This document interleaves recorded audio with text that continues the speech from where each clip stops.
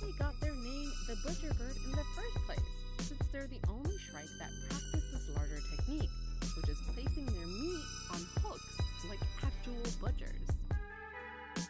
Both of these techniques are perfected with practice from a young age. Newly fledged loggerhead shrikes imitate behaviors like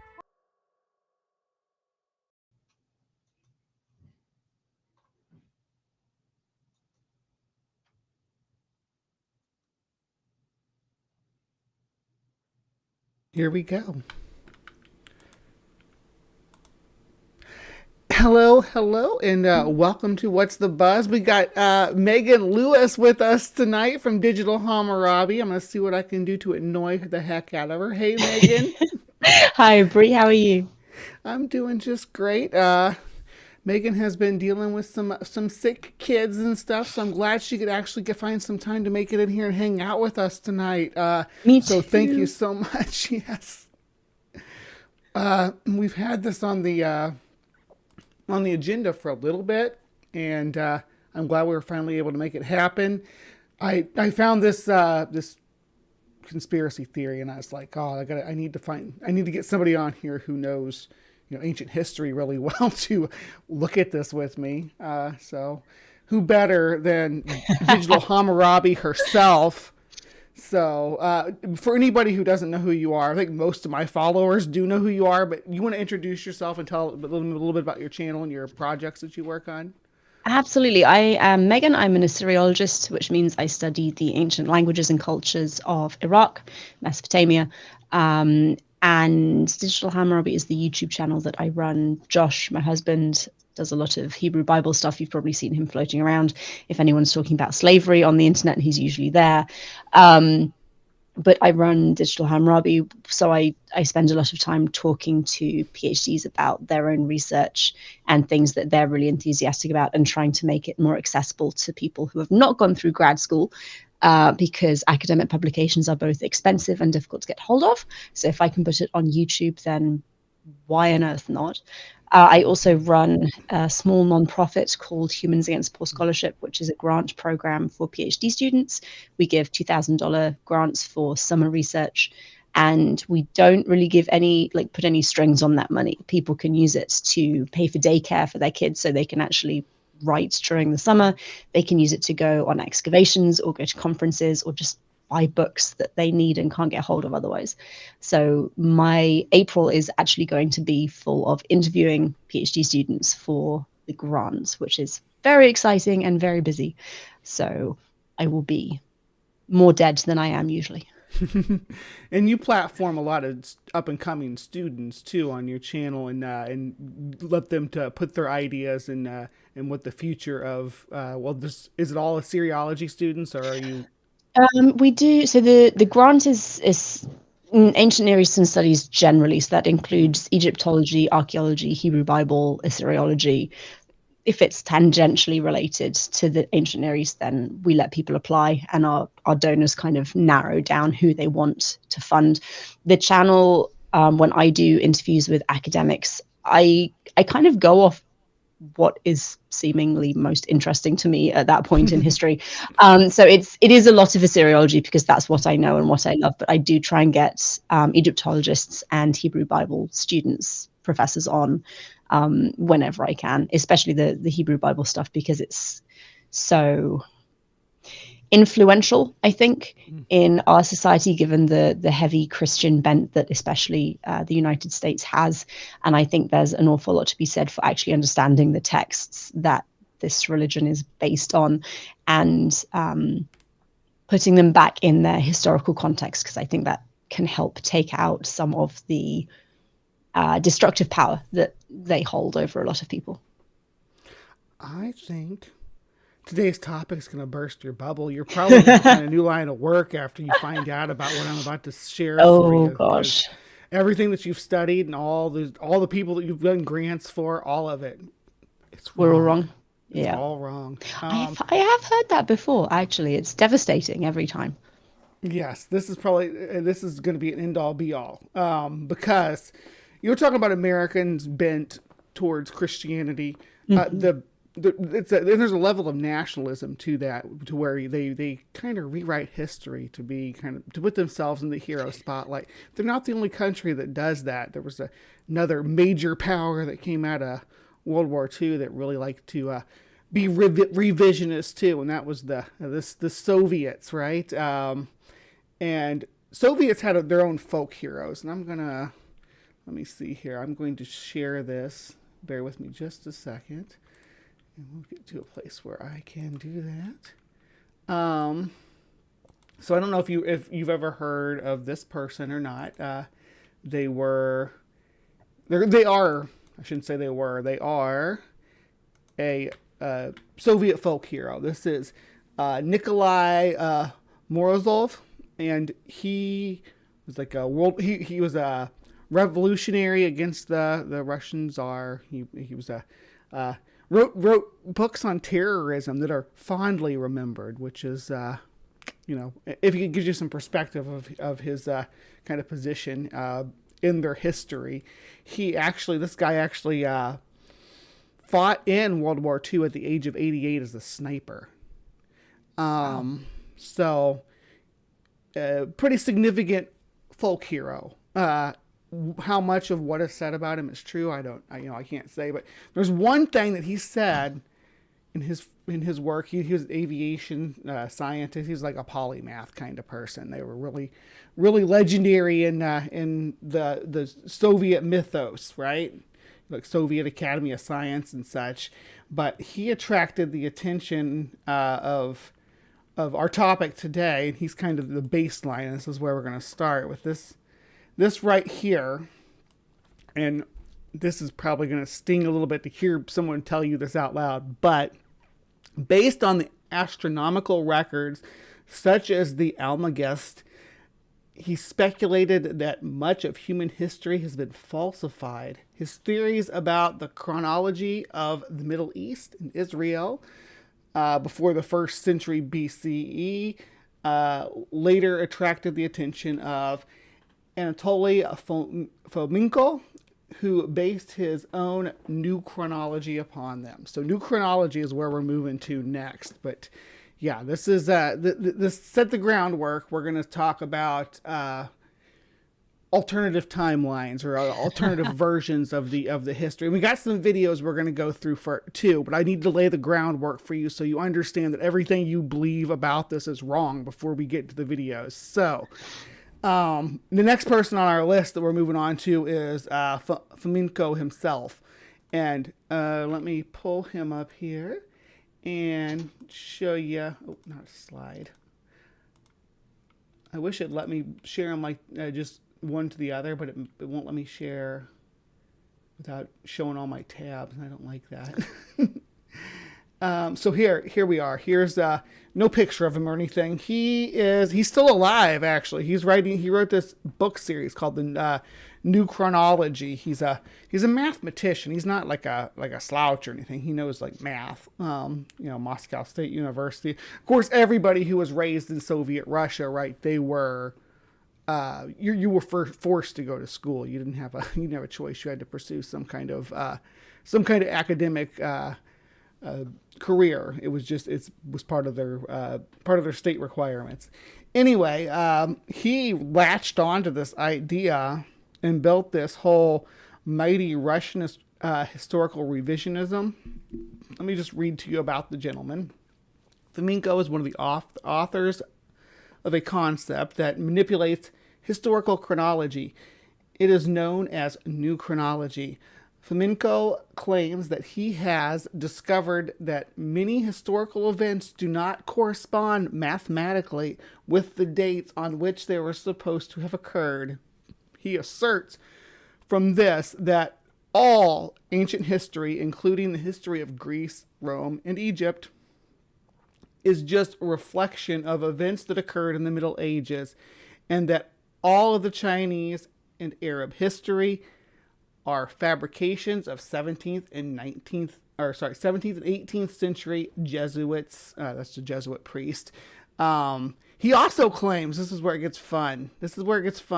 He also claims that Jesus lived in the 12th century AD and was crucified on Joshua Hills.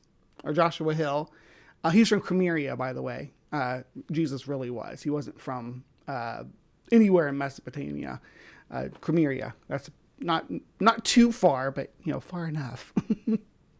And let me continue on that. Where were we? That the Trojan War and the Crusades were the same historical event, written from different perspectives. That Genghis Khan and the Mongols were actually the Russians of the Middle Ages, the Rus. That let's see here. We have the land west of the 13 colonies in North America that now constitute the American West and Midwest were a far eastern part of a Siberian American empire prior to its disintegration in 1775, and many other theories that contradict the conventional historiography, as well as disputes written chronologies. Fomenko also disputes scientific dating techniques such as dendrochronology, radiocarbon dating, and it gives some examples in it, and then it refers us to his work, which is the new chronology. Are you with me so far, Megan? I am, and frankly, I'm disappointed that no one's shared this with me before, because it changes my entire career trajectory. Really, right? I feel like this is life-changing stream.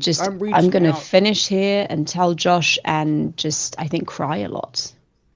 Yeah, we'll try to hold it together because we got more to go through. I'll do my best. Just a little bit more. There's just I want to share some of the thoughts that other people have on the new chronology, and then we'll look at some videos about it, because this rolls into something that I've been looking into for a while, and that's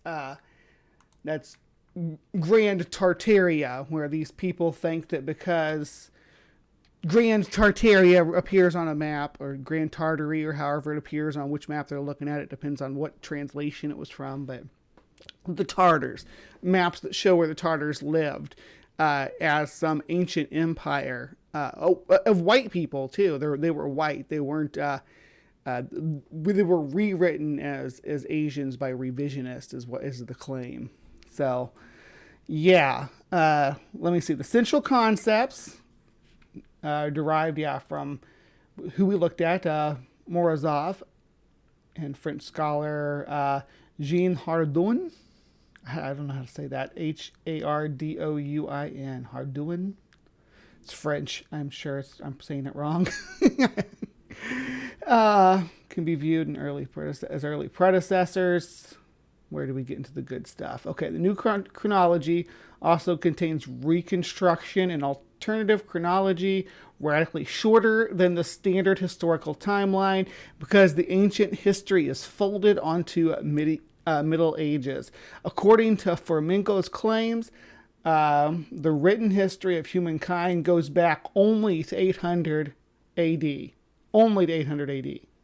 So, first of all the dig sites you've ever been to that were allegedly older than that, total BS. They were only just a few hundred years old.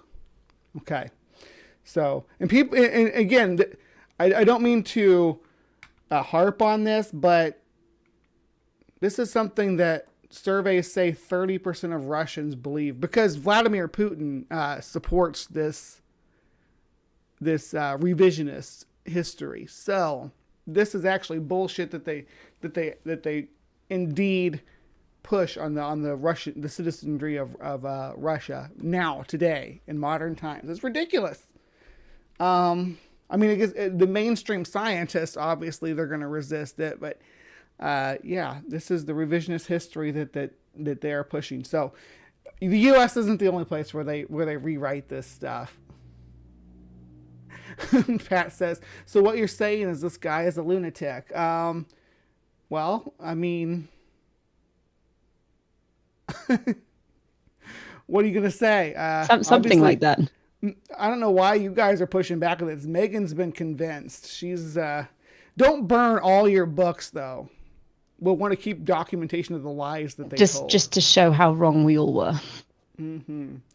we have to flaunt our ignorance about it. So 30% of Russians. I mean, that's not a majority of people, right? But that's a lot of people that believe this propaganda. It's a good number of people. It's troubling. So, yeah. Have you ever worked with any Russian Assyriologists or anybody in ancient Near East studies? No. I know there are some, but because of the language barrier, it's not stuff that I'm overly familiar with. I think that's why this conspiracy theory doesn't really make it to the mainstream of over here, like in the U.S. Like the flat Earth stuff is what we get over here, but this is what they're doing in Russia. Is this, and they do think that like the west coast of the U.S. was like a Russian stronghold for hundreds of years before Western expansion. Bizarre stuff. Yeah. All right, so let's get into. You want to get into one of these videos, okay? Yeah, so absolutely. We're going to start right at the very beginning. We're going to start with a famous figure that I know you're gonna recognize immediately. We're talking about Solomon, but Solomon wasn't actually from the ancient Near East at all. Nope, he was from Tartaria. So. Let's dig it open. Let's crack this open. This is only about 10 minutes long, but we'll see what they have to say. All right, welcome. Today we're going to explore the idea that Solomon's Israel may have reached the entire globe, including the Americas, Far East Asia, and even Australia. The Bible clearly states in 1 Kings 10 that King Solomon exceeded all the kings of the earth in riches and for wisdom. And all the earth sought Solomon to hear his wisdom, which God had put in his heart. Solomon was the first builder of what we call Tartarian architecture, but what is usually classified as Greco-Roman. Except this was a time before Greece and Rome. Traditional biblical chronology places Solomon's rule from 970 to 931 BC.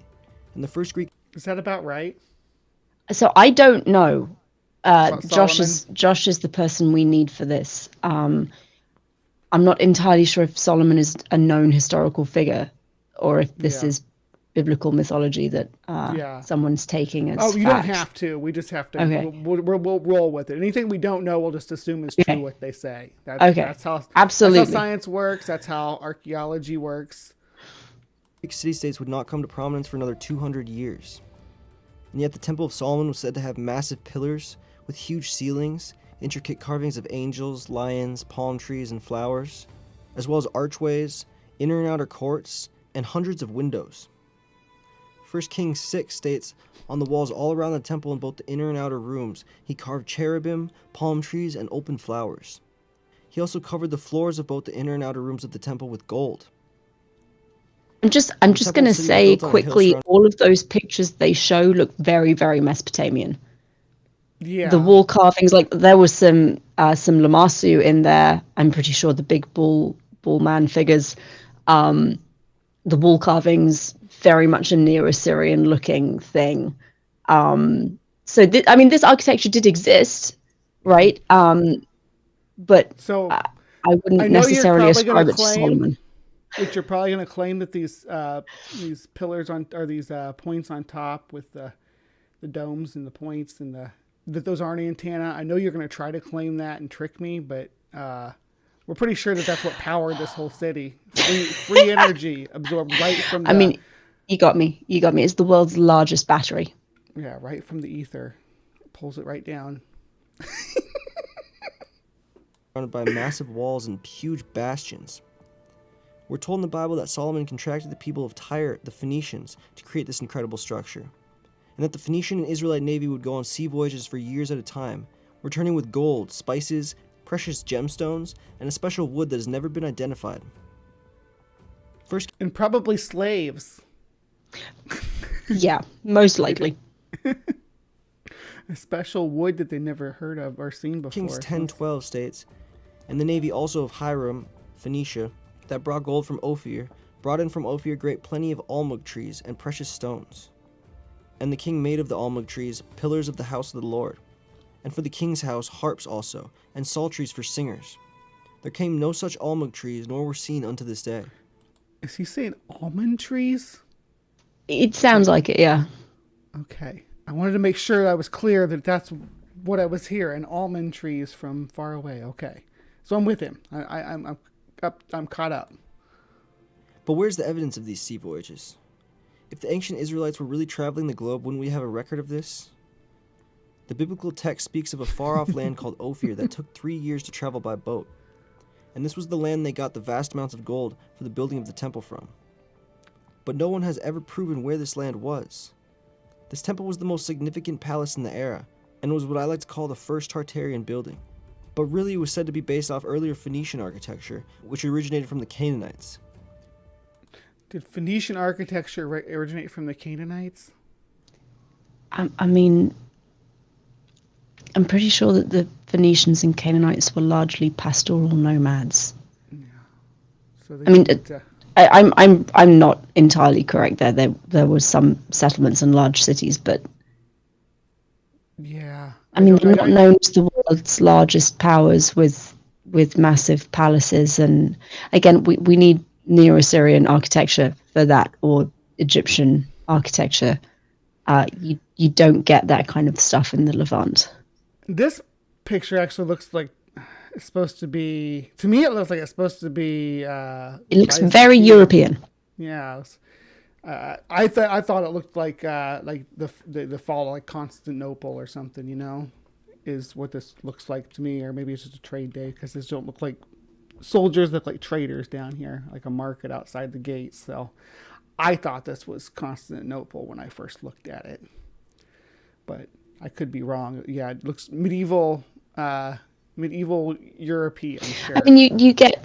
I'm being very. There are lots of sweeping generalizations in what I'm saying, and I apologize to people watching for that. You do get this kind of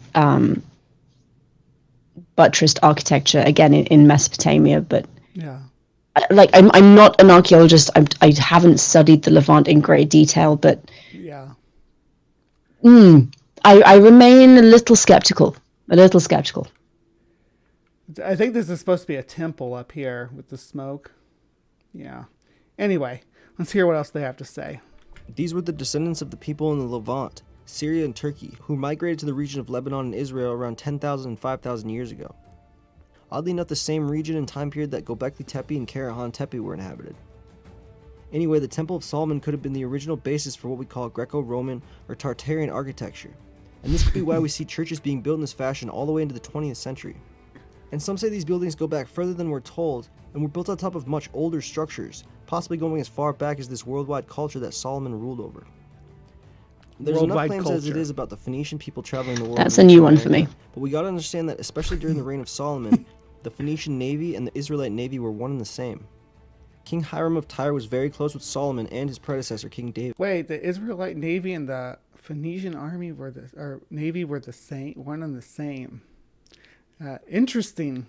So I'm not sure that there were navies in the way that he's using that word. Also, there is no archaeological evidence for Solomon's temple having existed.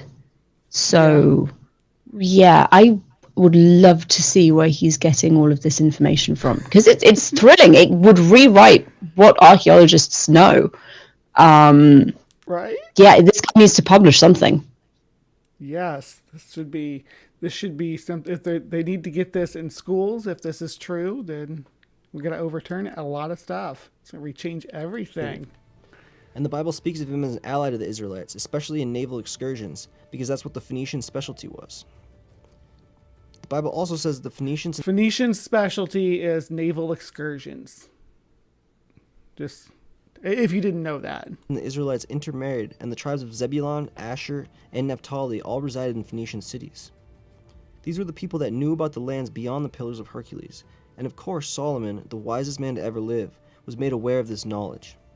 The archaeological record shows the Phoenicians had colonies all throughout the Mediterranean, including Spain, Morocco, and Italy, and they traversed the entirety of Africa as well as reached into England and as far north as Scandinavia.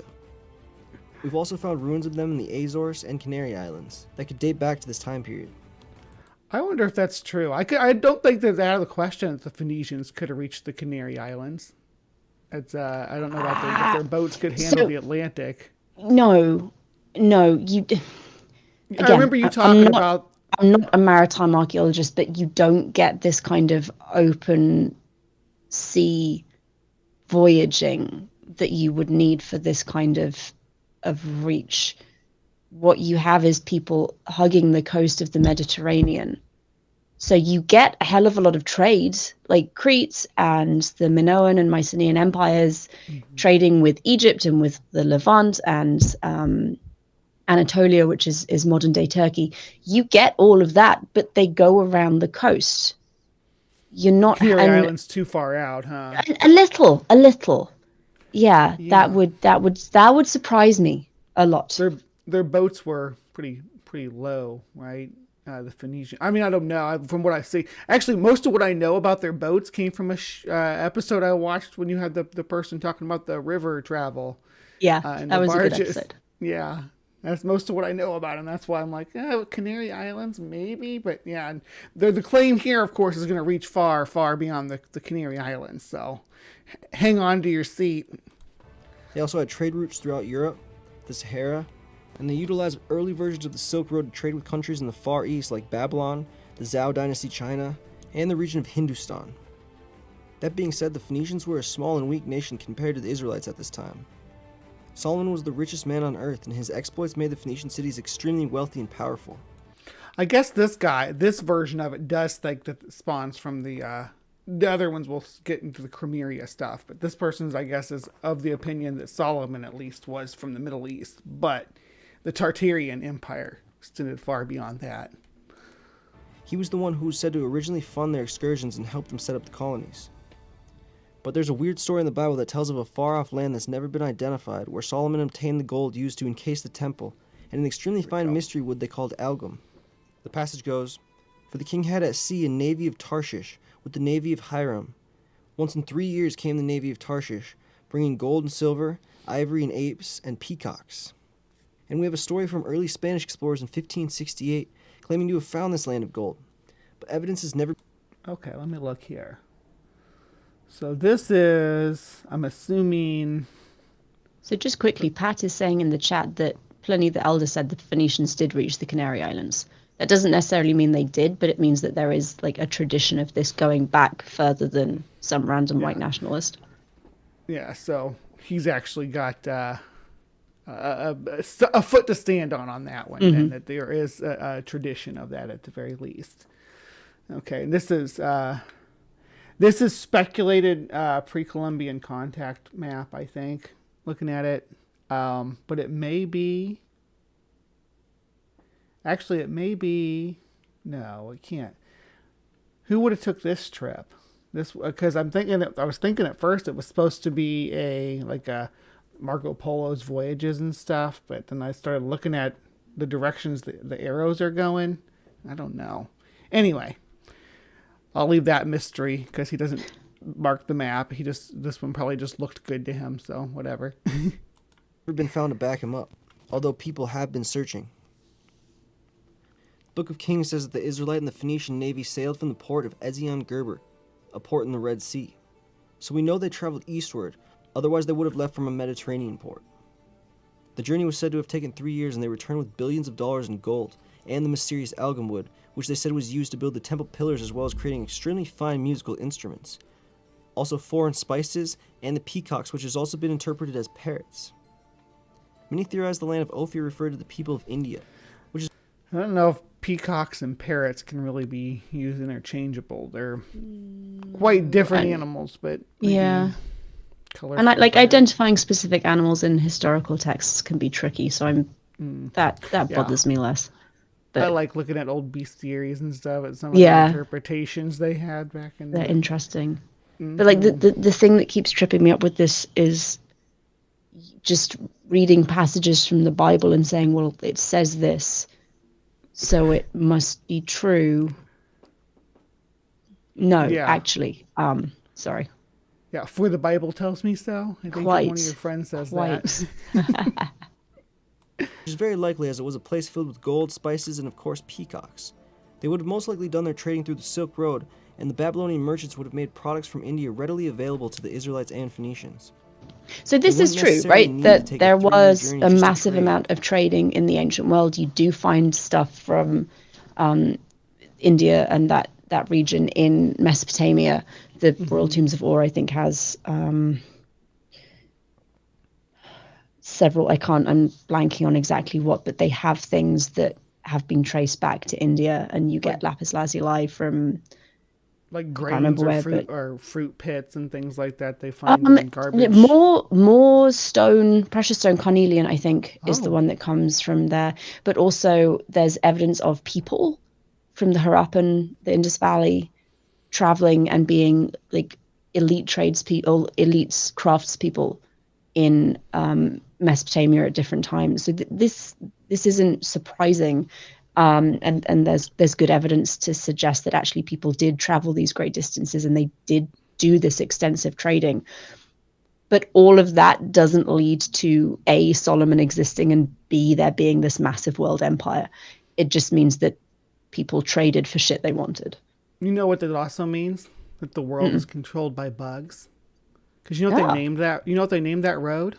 It ran from east to west. They call it the Silk Road, because the trade in silk was a big secret in China, and they actually had to send spies from the west to try to figure out the secret to the silk cloth, because That's it's so very precious. cool. So insects kind of shaped the east to west journey, because the Chinese were stingy with their silk, or maybe they weren't stingy, but because they were their moths after all. Oh, let's see here. We're about halfway through this one now. However, in Jewish tradition, Ophir is often associated with a place in India, named for one of the sons of Joktan, who was a descendant of Shem, one of the sons of Noah after the flood. Early explorers knew all of this, and they followed this trail all around the globe. A letter in the 1500s states that even Christopher Columbus thought he found the land of Ophir when he arrived in Hispaniola and saw the people adorned in gold. The explorers all... I don't know if they were adorned in gold. I think there was some gold, but I don't know if it was like what you see here, where they look like the wise men showing up for Jesus's birthday party. Anyway. also thought to look to the west coast of North and South America. While South America is very rich in silver, it's not as plentiful in gold.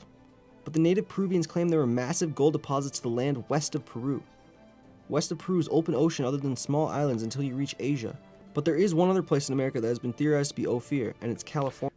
Look right back when California was still thought to be an island when they made this map. I always thought that this has always been one of my favorite depictions of an ancient map, where That's awesome. island of California, or what it'll look like after the big earthquake. California. Not only does California have an abundance of gold at this time, but it also is home to the largest trees on Earth, making for a great building material for God's temple. I'm sorry, they did not bring redwoods back from the continental North America to Israel on whatever Solomon's ships temple. they managed to navigate the Atlantic Ocean in. Are No. you sure though? No. Nope. Yeah. Not going there. What? Just the technology to take down one of these trees is. Well, I I'm mean, not saying it could be done. Ancient peoples built the pyramids, right? But yeah. they didn't have, like, those trees are fucking massive. You have to have a Apart big, from big anything barge. else, the Levant did not have enough wood to build boats big enough to transport those trees. I mean, even if they cut them down and then, like, sliced them up and made... Okay, so let's say best case scenario, they make it to California somehow. God alone knows how. Probably a miracle. They cut down a redwood, because of course they do. Then they spend however long shaping the redwood into pillars for the temple. Okay, then they could transport the individual pillars back. Maybe. But why do that? There are, like, cedar trees in the Zagros region that you can just go, like, walk to I mean, it's a long walk, but you can walk to them and cut them down and then bring them back to make a temple. Why go to the trouble of redwood? Good Lord, that's insane. And the pillars, are they made of wood in the temples? Don't they usually make the pillars from stone, or is wood? No, wood. Because Really? so the again, not a Levantine archaeologist, but a big thing in Mesopotamia is made about cutting cedar trees down for use in temples, especially for roofing, because Mesopotamia isn't abundant in natural either stone or wood. So you have to go and travel, and it's something that kings do as a royal religious duty. They trade for all the stuff they need. They go and they trade for trees, or they go and lead expeditions to find them themselves and cut them down. There's a passage in the Epic of Gilgamesh where Gilgamesh cuts down these cedar trees and floats them back down the river to his city to build temples. So this is traveling to get wood for temples is a very reasonable thing. It happened a lot. They didn't go to California to get redwoods. Just no. Okay. There's even an old gold mining town in California named Ophir, after the legendary source of Solomon's gold. And there does exist... That proves nothing, except that the people living there have read the Bible. Look, Megan. Sorry. California has gold. Solomon had gold from somewhere. I just... straight line. Straight line. This isn't even correlation. This is just flat out causation. Yeah. Right. Obviously. And I'm being far too skeptical, and I apologize. Whatever hurdles you have to jump over to make it happen, right? I think I finally got the bee in your bonnet though with the redwoods. That's what it took. It's just so silly. It's an old legend believed by early Spanish. Actually, I think you could tell by looking at. They could examine the gold and tell if it came from California, can't they? I'm pretty sure there's a way to do that. You can do. You can do it remotely. Honestly, I can't remember what it's called, but I did it in grad school. You can get the chemical composition, and then you can locate that same composition in the earth and work out where stuff came from. They do it a lot. That's how we know that the silver found in Mesopotamia, by and large, came from Afghanistan. Yeah, you can trace it that way. I thought there was. I don't know what the field of science that does that is called. I can't think of it off the top of my head, but I know there's a whole branch of study that goes into that. Explorers like Hernan Cortez that a race of dark-skinned natives inhabited California going back thousands of years. If evidence of this were found, it would be likely to conclude that these people may have... Well, okay, and also we got some people pushing back against you out here too, because somebody did point out that redwood is bug resistance. So is cedar, though. Yeah, John. So is cedar. Also, can I just point out that this gentleman has made the astounding discovery, I'm floored, that there were native indigenous people in California before the white Europeans came. Now, I am personally shocked by this information. I had no idea. So I learned something new today. Yeah. What a surprise, a surprising turn of events that there were other people there first, right? They've come from the Fertile Crescent, but there's no evidence other than the old stories told by conquistadors. These stories of Ophir and stories told by native Peruvians caught the ear of an explorer by the name of Álvaro de Mendaña de Niera. He's most famous for some of the earliest voyages across the Pacific in the late 1500s. This man claimed to have found this gold in a place he named the Solomon Islands, but countless searches have come up with no gold in this. I don't think there's any gold in the Solomon Islands. I don't think the Pacific islands have much gold. I do not know. As far as I'm aware, I don't think there's much gold. Some of those volcanoes are precious gems and stuff, I'm sure, though. But gold, go back to California if you want gold. That's where Solomon got it. What did you say, Pat? Pat's out here saying something. Hold on. I just saw it a second ago. Something about getting wood. Getting wood was something ancient kings did. You heard it. He's right. Grease channel, yes. That's the high quality of content that we put out here in the Hive. So please subscribe. This area, despite Alvaro's claims that he found the legendary source of Solomon's treasure. But the theories don't stop there. One document of interest found in the General Archives of Indies in Spain, dating back to 1519, describes how... Yeah, this is the kind of journey there. Even this is like not really feasible, right? I'd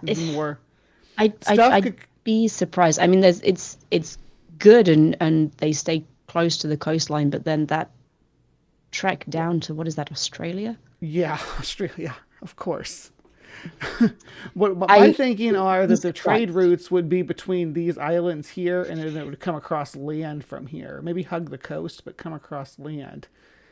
So anything that they're getting over here is probably coming through India, right? I mean, I would assume. Yeah, just some thoughts. This doesn't seem like a... And it's worth pointing out as well that just because something from one place shows up in another doesn't mean that the people went themselves to get it, right? I have stuff in my home from all over the world. It doesn't mean I've been all over the world. It just means that people have traded things that have eventually ended up in my possession. That this is, yeah. Yep. Yeah. Nope. You almost made me snort there. How to locate the land of Ophir. The navigational guide started from the Cape of Good Hope in Africa, went to India, to Burma, then to Sumatra, to the Molucca Islands, to Borneo, to Sulu, to China, and then finally to Ophir, which was said to be in the Philippines. Other theories also place Ophir in Malaysia, or Japan, or even Australia, which is not that far off from the Indian subcontinent, and if the Israelites and Phoenicians were in India, it's not a big jump to say they could have been in Australia as well. In fact, groups... So if they landed on the north... What? If they were in India, then of course they could have been in Australia as well. What? No. If they landed in the north, in the northwest side of Australia, right? They're looking at a vast desert. I mean, there's not too much when you come from that direction. I think that on the west coast there in Australia too is like the longest line of cliffs in the world. Just dropping some fun facts. In India were said to have migrated to Australia about 1,000 years before the time of Solomon. One artifact that comes to mind is the aboriginal depiction of the Great Pyramids of Egypt, found in Australia. Oh, Jesus God. Knowledge of the pyramids could have been told the Australian natives. Okay, what do you got? Pyramids in Australia. Come Just on. because people build pyramids doesn't mean they've been to Egypt.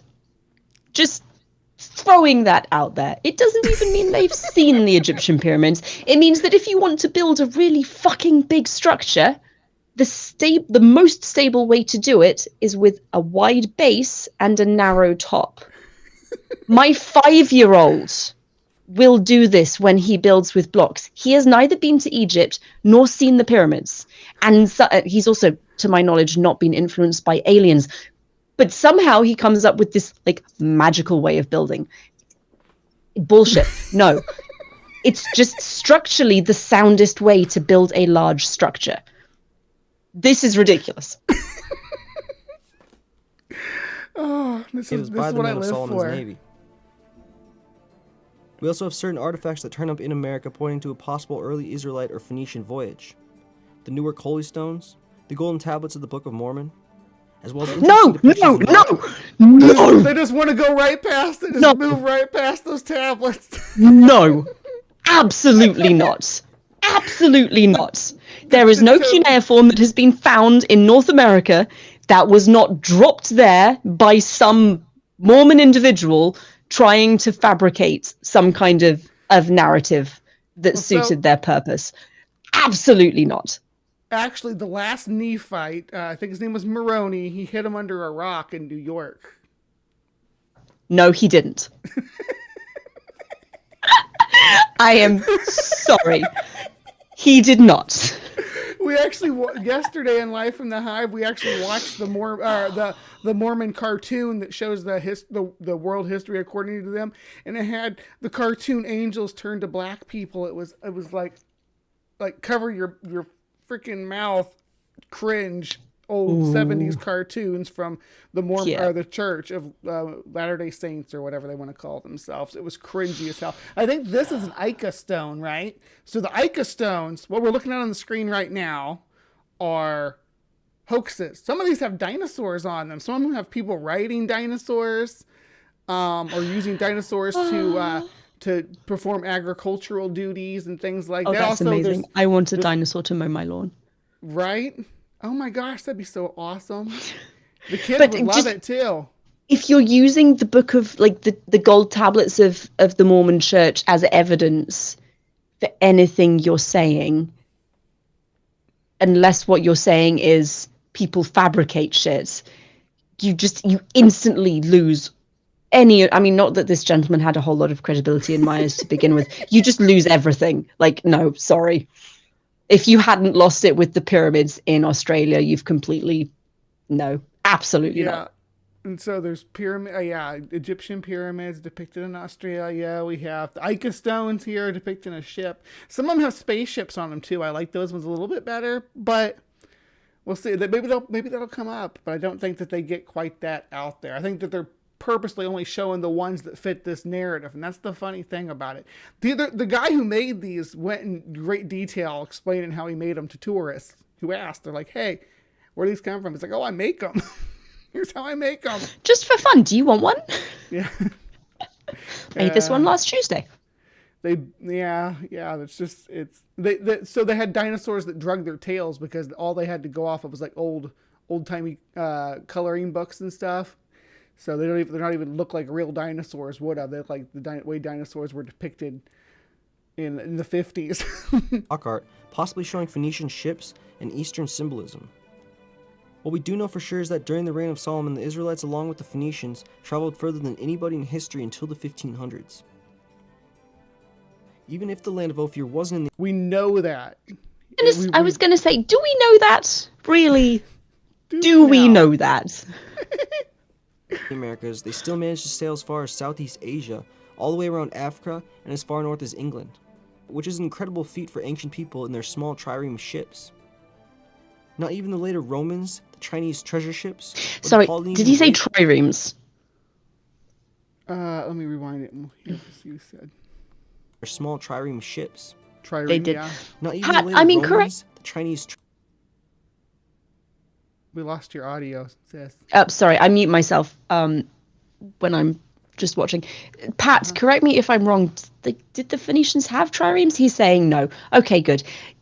No, bullshit. Absolutely not. Sorry. Yeah. No triremes. Okay. Triremes were Greek, right? Or Macedonian? Or Roman, I think, but Pat's the person to ask about that one. Yeah. Okay. Yeah, I won't speak at a... we have Michael out there too, who's pretty knowledgeable about this history stuff. Michael. Too. Hi, Michael. Yes.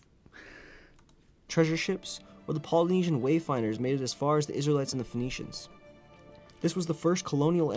What do you think about pre-Columbian contact from the Chinese on the West Coast? Do you think there's any validity to that? I have no idea. I know nothing about Chinese history, so I don't know what the technical expertise was. I don't know if it's feasible. I don't know. I think that I'm more likely to believe Polynesian contact, from South Pacific with the west coast of South America than I am Chinese contact with the west coast of North America. But I don't reject either whole on a whole. I mean, it's always possible. They had really good seafaring. Obviously, they colonized the whole South Pacific, so they were good at what they were doing. It was only a matter of time if the Westerners didn't move in there, that the Polynesian and North American and South American continents probably would have established some kind of inevitably would have established some kind of trade. I think I wholly believe that, with how quickly the Polynesians were advancing in their seafaring up to that point. Empire, and they may have had colonies that we still don't know about today. And there's also nothing that could have stopped them from sailing to the Americas from either direction. Solomon was the wisest man to ever live. He created the first Tartarian building we have records of, and he must have been aware of an entire continent on the other side of the world. That's all I have for you today. Thank you so much for watching. Go check out my other video on the Egyptians' possible voyage to the Americas. All right, so that was Solomon, first king of Tartaria. I don't know how much longer you want to kick around. We've been going just under an hour. If you want to hang out, we can watch one more of these videos, or if you need to go for any reason, obviously. I might need to head out just because Jasper is still screaming. Yeah, that's why I figured. I'm really sorry. I would like to come back and watch another one at another date, if I may, because this was hilarious. Yes. And bizarre and hilarious. Oh, I'm glad I could take you on this journey. There's a lot of this stuff out here. I know. There's so much. Of all the things we could have inherited from Russian culture, they're because nobody who espouses this Tartaria crap understands even where it came from. I had to do my own digging to find the roots to the whole mythos of it, and most of these people don't even know the origins of it. So thank you so much for lending your academic eye to this nonsense as well. My absolute pleasure. Thank you for inviting me.